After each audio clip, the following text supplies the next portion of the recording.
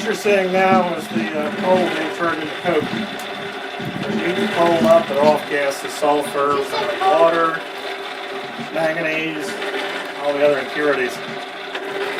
You're from western Maryland, I'm sure you're quite familiar with coke production.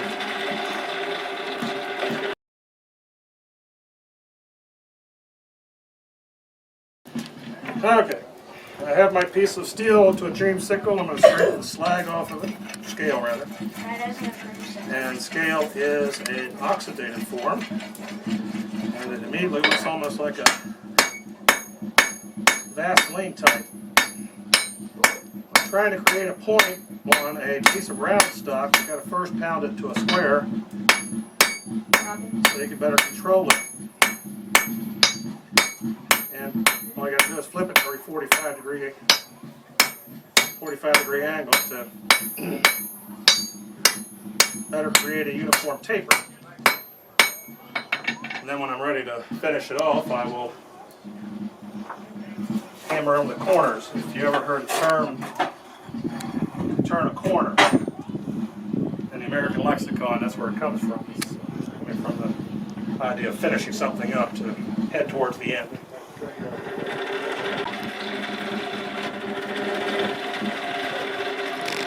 Another euphemism in blacksmithing terms was to beat the daylights out of something. When you have a piece of stock and you want to get it absolutely square with the top of the anvil, you of course look to see if there's any daylight showing between your piece and the anvil. And if there was, you beat it until there was no more daylight. And straighten it out.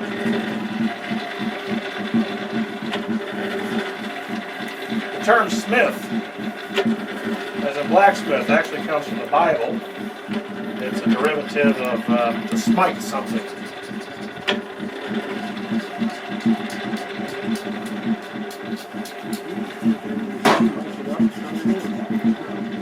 The color tells you the temperature. That's about 1700 degrees.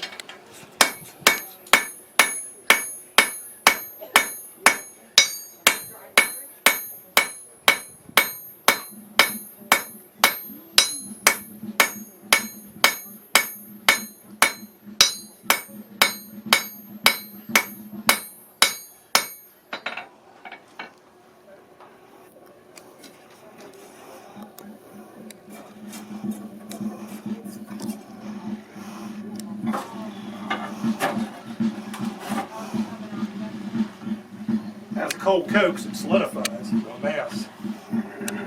Break it apart, of course, releases your smoke. Anyone have any questions? Whenever you're forming that, you took one hit on the handle. Is that taking the slag off the hammer? Or no, it's a labor-saving strategy. Like dribbling a basketball on a basketball court. The anvil has specific hardness and the hammer has specific hardness. They actually will give each other return energy. So as I'm turning, I'm missing a hammer blow, but I want to keep the hammer in motion so I don't pick it up from a dead stop. Okay. So I kind of dribble. Now interestingly, this thing sounds different than what it does in my shop. I have a brick floor in my shop, so there's a good deal more energy that comes out of it. The trunk itself is a shagbark hickory, so it's very solid.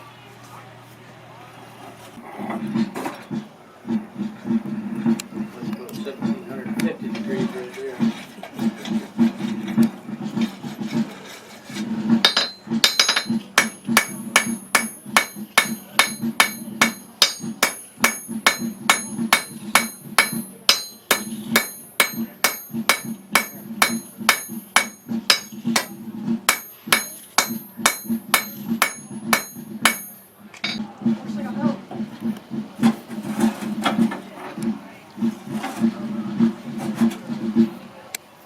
What's the finished product of that? Well, I was making flag holders. Oh. Put a point on the end of it. And you just put it in the ground about, I don't know, 10 inches and right to put your flag in. No, it's reenacted like that. They look authentic, and there's examples from the period that show guys use these. Stuff that I'm using is a roll stock. It's an 024 steel. It's malleable enough, yet springy enough. Real nice stuff. $3.95 a piece.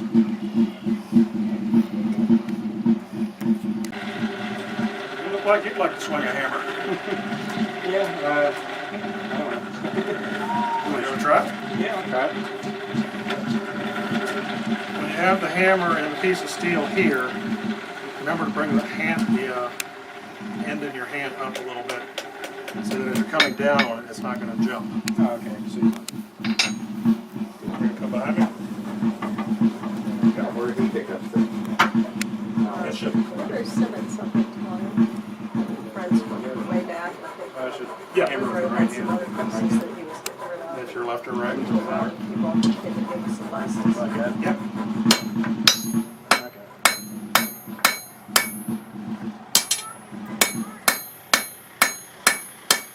It's like driving a car. You don't want to take a video the first time you do it.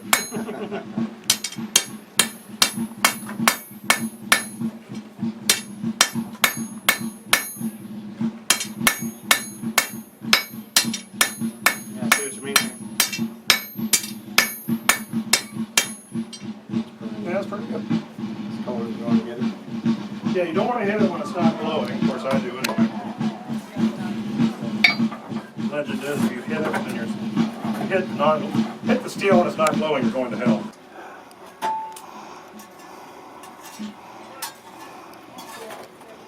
The coal that I'm using is out of Berlin, Pennsylvania.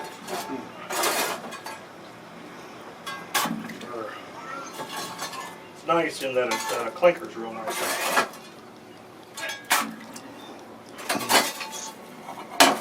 Clinkers as opposed to what, Rob?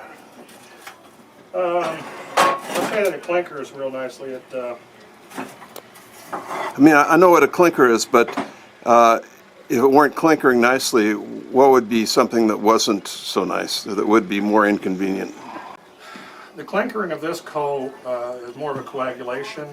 It bonds, so it creates large chunks of clinker. Yeah, Whereas other coal that has other elements in it like iron, etc., doesn't clinker quite as uniformly. So as a result, you end up with embers, ash, cinders that is much more fine, more like a sand. so it's harder to separate out. Impossible to separate out. I mean, it's awful. Yeah, Like an anthracite coal would be. Yes, anthracite sinters really badly, whereas this is bituminous and it clinkers beautifully.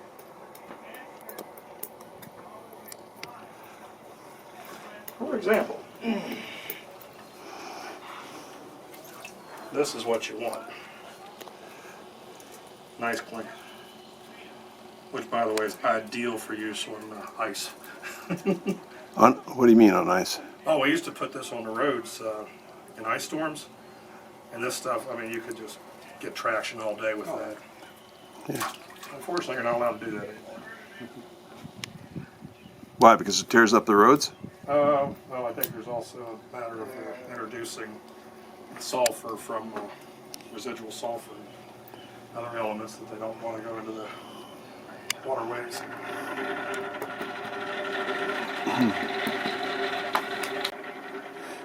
Where'd you get your anvil? I actually bought that one off of Jack Parker's widow over at Mechanicsburg Gap area. They have that fallen in barn. They used to say Malpass tobacco on the side of it. Yeah, yeah. Actually, it's marked JP on the heel of it for Jack Parker. His real name was John. But it's a Sterling. It's out of England. One of the nicest ones I've ever bought. Yeah.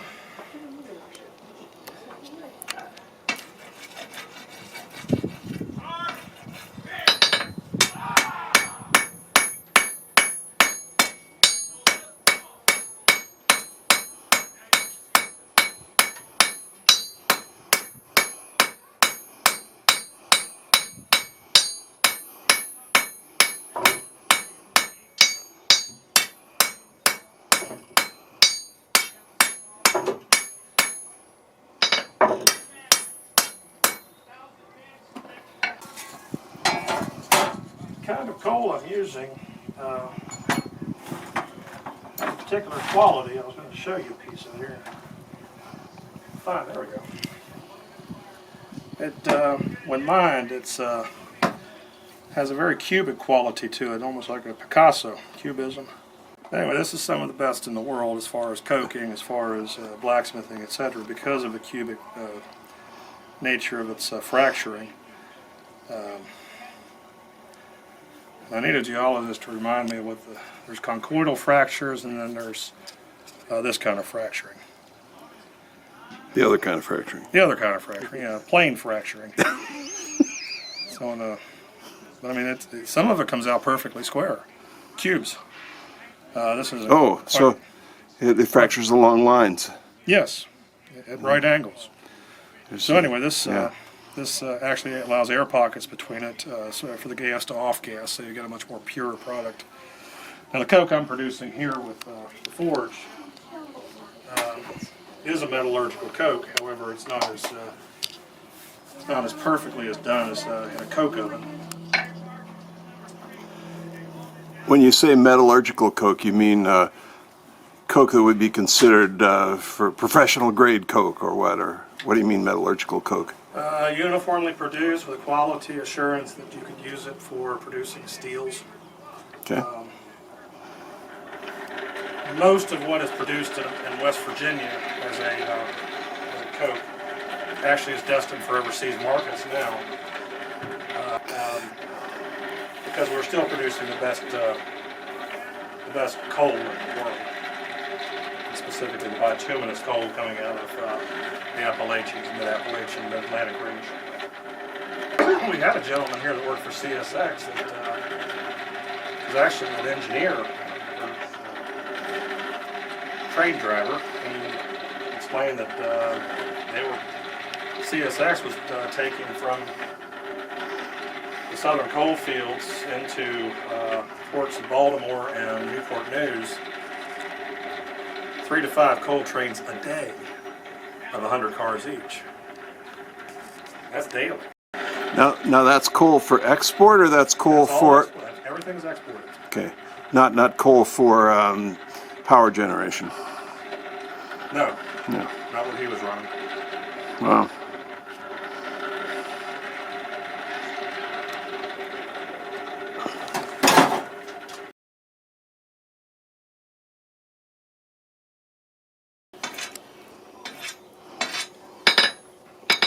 Okay, we'll start turning the corners.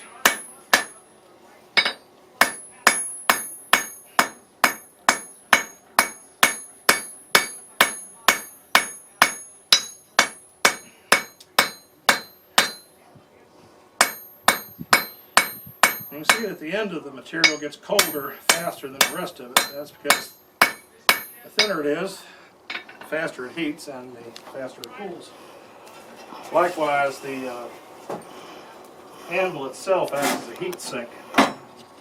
It'll actually pull the heat out of the material. As a consequence, you have to be more quick and more careful the smaller the piece is you're working with. That's your better bet. Now you notice the tip of this is actually darker than the rest of it, and that is because in the fire pot, the part of the coal that's ignited is about the size of a softball. So along the walls of the fire pot is not as, well, the coal has ignited to the same point. So if you wanted to save, say, the point for something to do last, you actually shove your material all the way to the wall.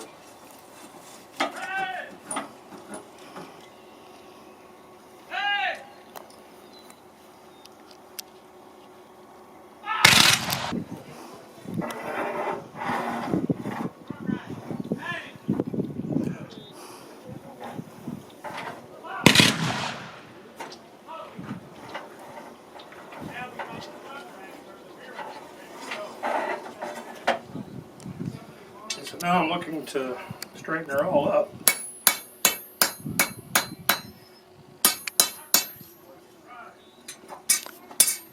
Here I'm doing what's called beating the daylights out of it. Make sure it sits very flush with the top of the anvil. Are you making a spear? No, I'm making a flag holder. Alright. So I got my point bead on this. I'm going to come up about 16 inches. Make a loop. 10, make another loop. And have a bit of a here at the top. I'll put an eye hole in it. Can you go up here a second? I want to show you something. Yep, just Okay, stop it a second. Okay, so we put the stock in. Where'd Cody go? He's taking off. All right. So we put the stock in. I need the heat to about 16 inches up. That should be right about there. And in order to get that to heat a little faster and a little more thoroughly, I take and rake coal on top of it. Now, some people would say, well, that holds in the heat, which is true. However, it also ignites the coal on top of it, and you have what then is a radiant heat coming from above as well as underneath of it. Because the heat comes in two forms. One is thermal, as we all are quite familiar with, but the other is electromagnetic. It's called radiant heat. So go ahead and crank and get that little section heated up.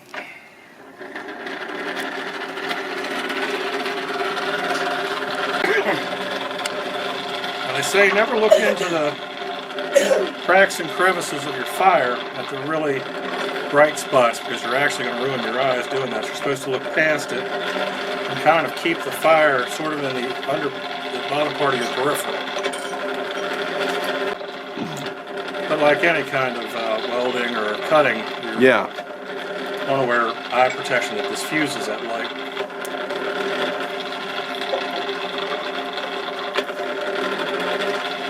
So I heat it up more slowly for the purpose of getting a good thorough heat in it. Because the first thing I'm going to do is bend a 45-degree angle in the rod. And I want it to be heated all the way through. That way you don't cause micro fractures. And when I bend it, I'll use a bender. Can we talk about the anvil real quick? Okay, an anvil. We have here an anvil. There's several characteristics of an anvil, parts of it that we need to talk about. The very top of it, on which most of your work is done, is called the face. And when you pound on an anvil, you try to pound directly over top of the waist of the anvil so that all of the mass is being brought to bear on your pounding down on it and it resisting. The feet of the anvil obviously provide support to keep it from tilting one way or the other. On the top of the face of the anvil, you have two holes. One is a hardy hole, one is a Pritchett hole. The hardy hole in this anvil is 1 inch square. It accommodates hardy tools. There's a variety of hardy tools. This is the most common one. This is a cutoff hardy, which is a chisel point that you put hot roll stock on top of, come down on a hammer, and it does what's known as a hot cut. The Pritchett hole is for knocking out holes.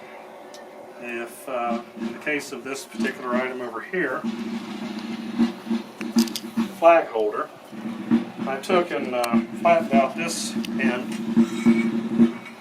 started a hole in it, brought it over top of it, and with a punch, I was able to punch through the rest of it, creating that hole. And if you look below here, you can find the hole that I punched out. The horn of the anvil is what is used to shape round parts, and it has to be somewhat hammered on with caution, because it is possible to break the horn off if you don't have a good quality anvil. Quality of the anvil is usually tested by the pitch of the ring. If you strike it with a hammer while it's sitting on a hard surface and it hurts your ears, it's probably a very good anvil. A dull thud would not be a good indicator. Correct. That would probably be cast iron. While not a bad substitute, the problem with a cast iron anvil is it is prone to fracture. and frequently will cause injuries when it does. Steel has a very high pitched ring to it. The intermediate space here is called the cutting surface. This part has been hardened. This part has not been hardened. As a result, it is more appropriate for using it to cut things with a chisel. Also, when cutting it here with a chisel, you don't mar up this part. If you hammer on a area that has a chip in it, for example, that will leave a dimple on your metal, a raised area. As a consequence, it defects your piece. Whereas if you cut here and hammer here, you have then segregation of your processes. You have then a less adulterated surface to hammer on. This particular anvil is a Sterling. It came out of Britain. It weighs approximately 135 pounds. It was owned by Jack Parker over at Mechanicsburg Gap. He was truthfully a Renaissance man. He was a shoemaker, he was a carpenter, he was a blacksmith, and practically anything and everything that they could do at their house, they did so. I'm very lucky to have gotten it. His widow sold it to me. It's a very nice Hampshire County piece still, and I'm pleased to keep it in Hampshire County. Okay, so I'm making a flag holder. I'm going to first make a right angle. And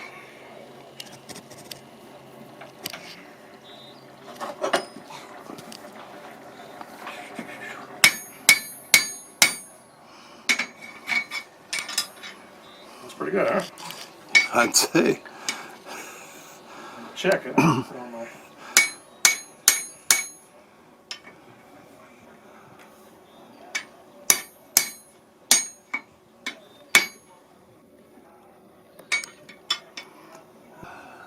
yeah, that was the easy part. Okay, now I get to make the rest of it.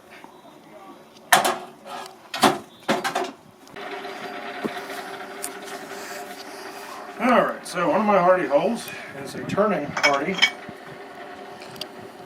I made that myself.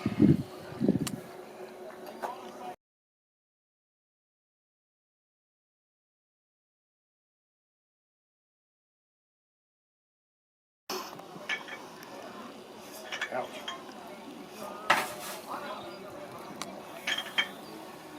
I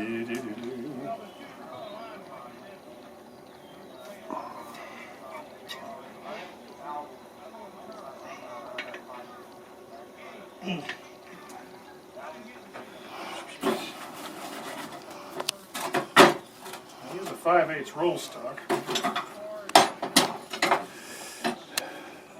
They're from Bachman's over in Cumberland. Pretty nice stuff. But for decorative pieces and doing what I do, this is not perfect. You couldn't make a knife out of it.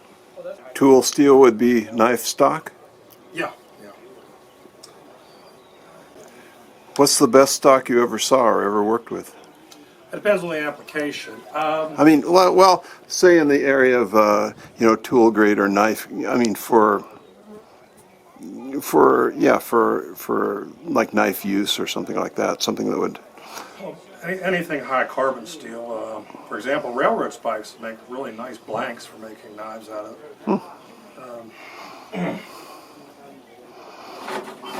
But for making something like this is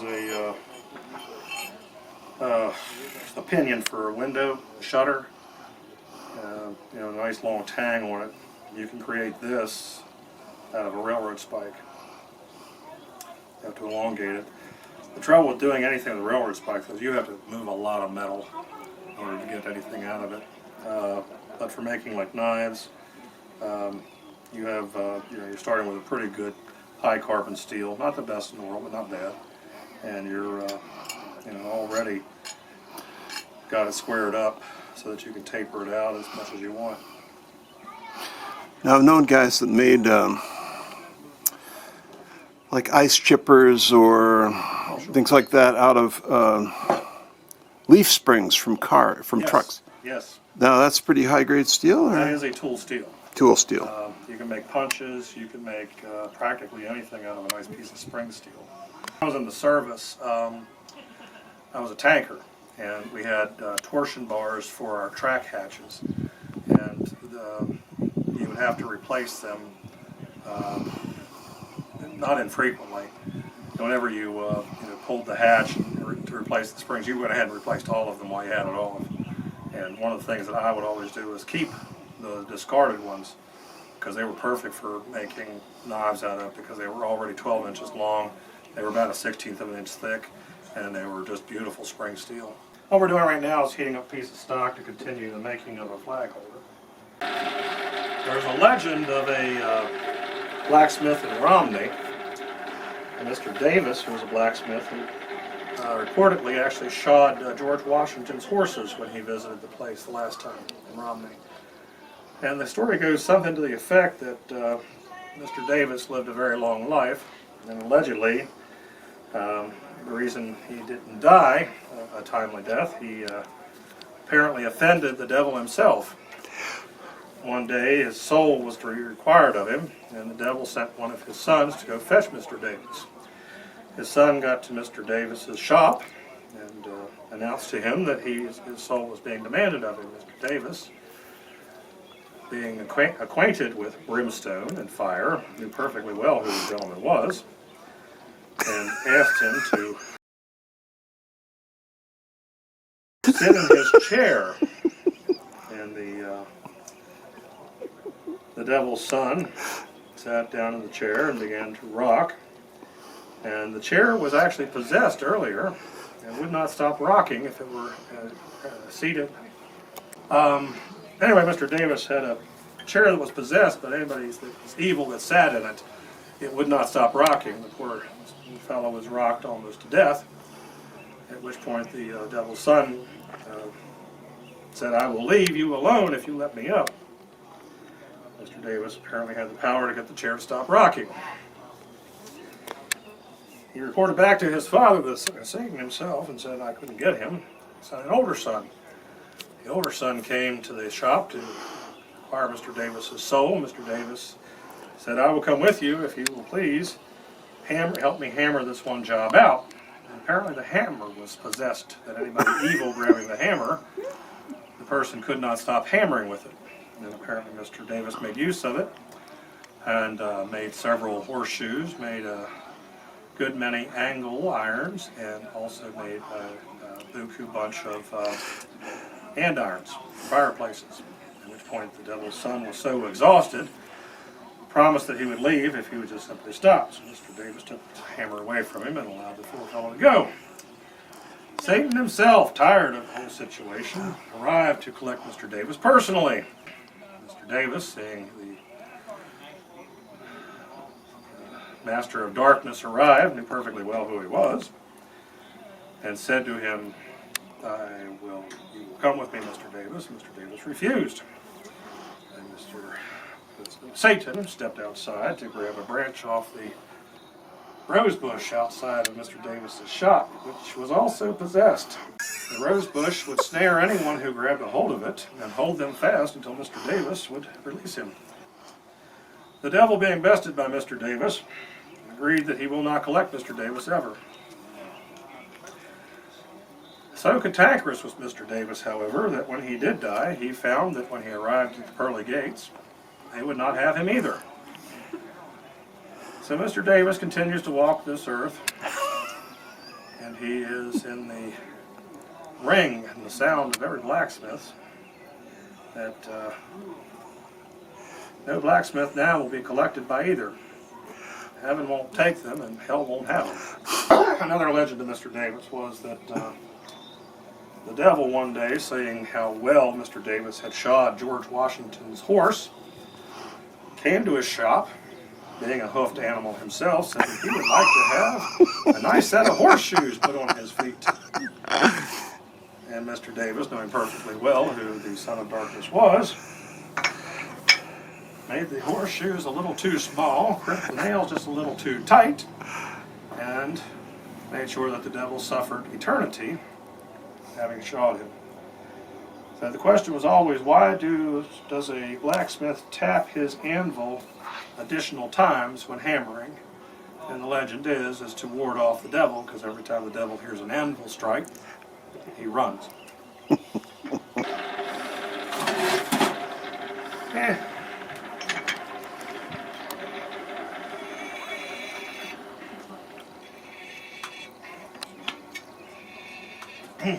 It's a slow process. Yeah, it's a bit cold.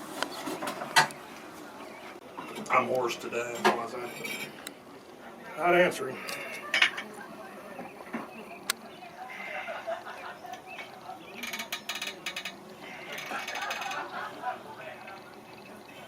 I've got my great grandfather's anvil. Oh, come on, just one more. But it's war. It's been used. There we go. Nice start. Good.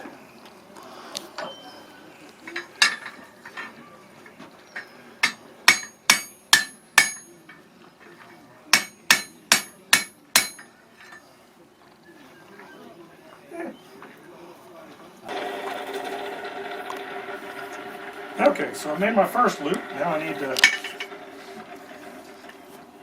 make another right angle here. Do just the right spot.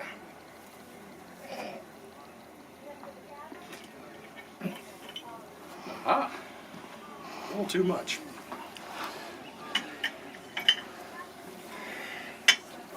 Well,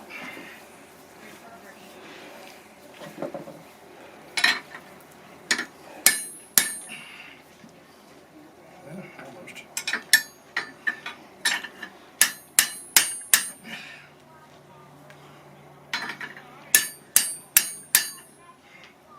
Almost.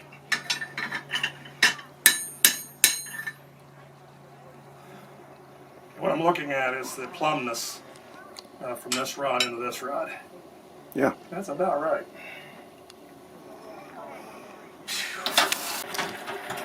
There we go. Oh, I took a whole 20 seconds. That's amazing. There we go. And that was cold when you put that in there. Yeah, that was absolutely cold. Check my squareness. It's pretty good.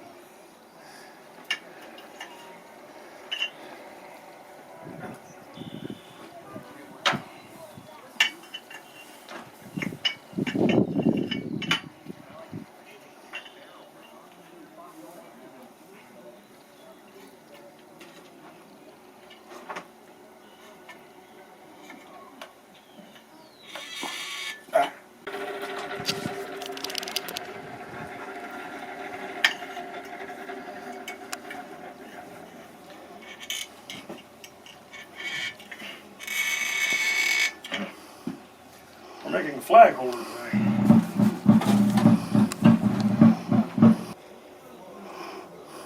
I'm portraying a blacksmith here at Ridgedale.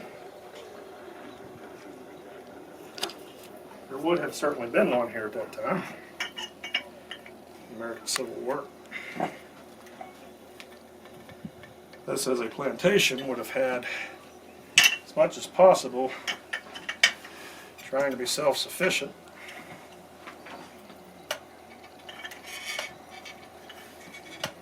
And make as much as possible with the plantation itself.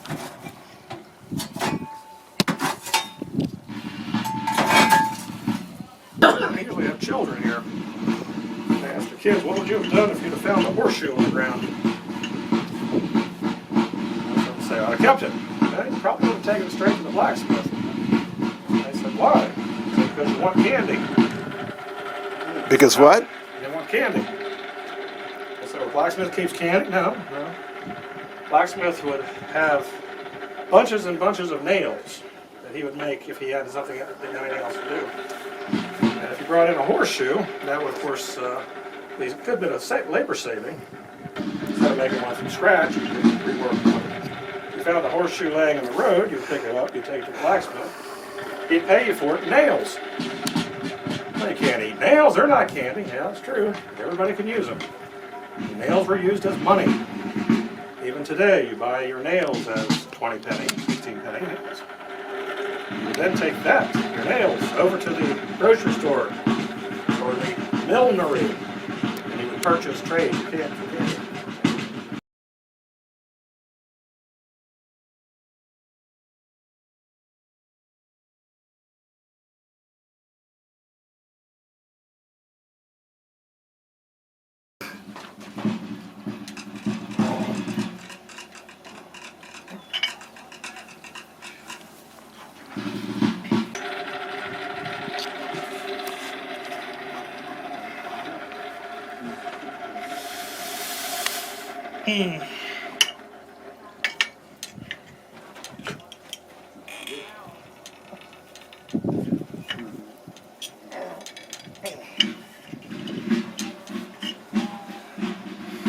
Not too bad.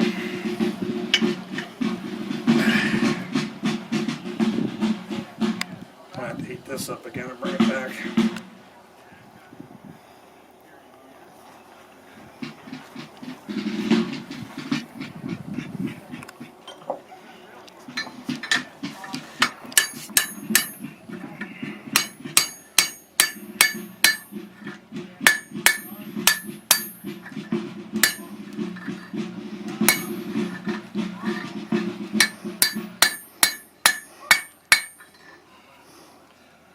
What I'm doing now is called beating the daylight out of it.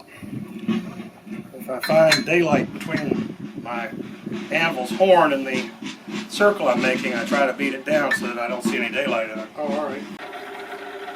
Did you grow up with Abby, or? I didn't know. That's where Daddy grew up.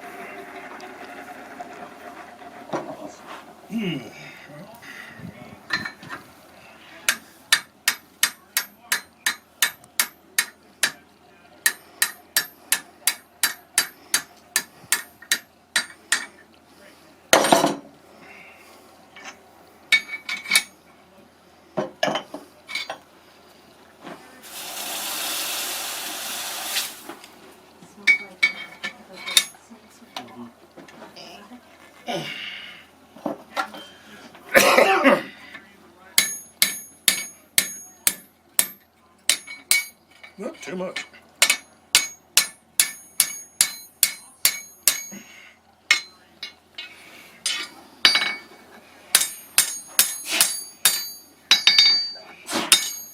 God bless.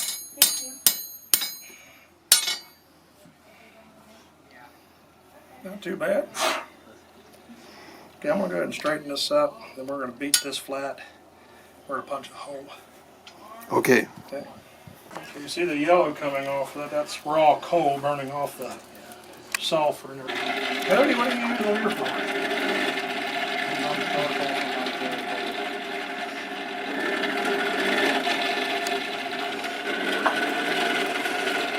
As it heats up, it'll flame over where the volatile gas is coming off and it actually ignite.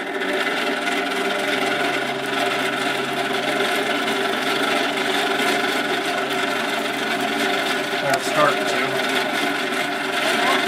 As soon as the flames come up, it'll actually ignite the gases and it'll have much less smoke.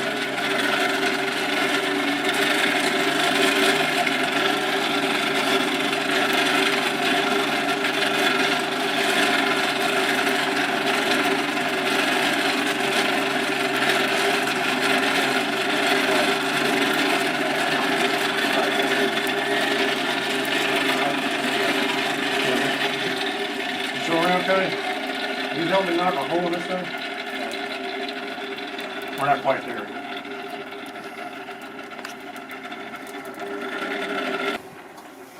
Here we go. Okay, so what I'm going to try to do is rotate this so that it's more in line. But I'll be honest with you, I'm not sure how I'm going to do that.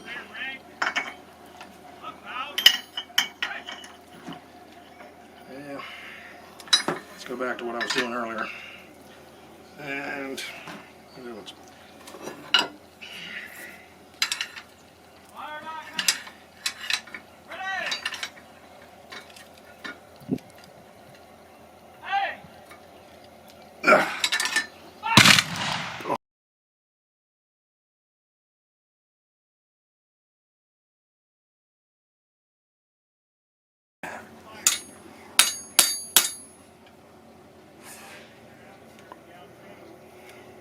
Too bad. Looking good.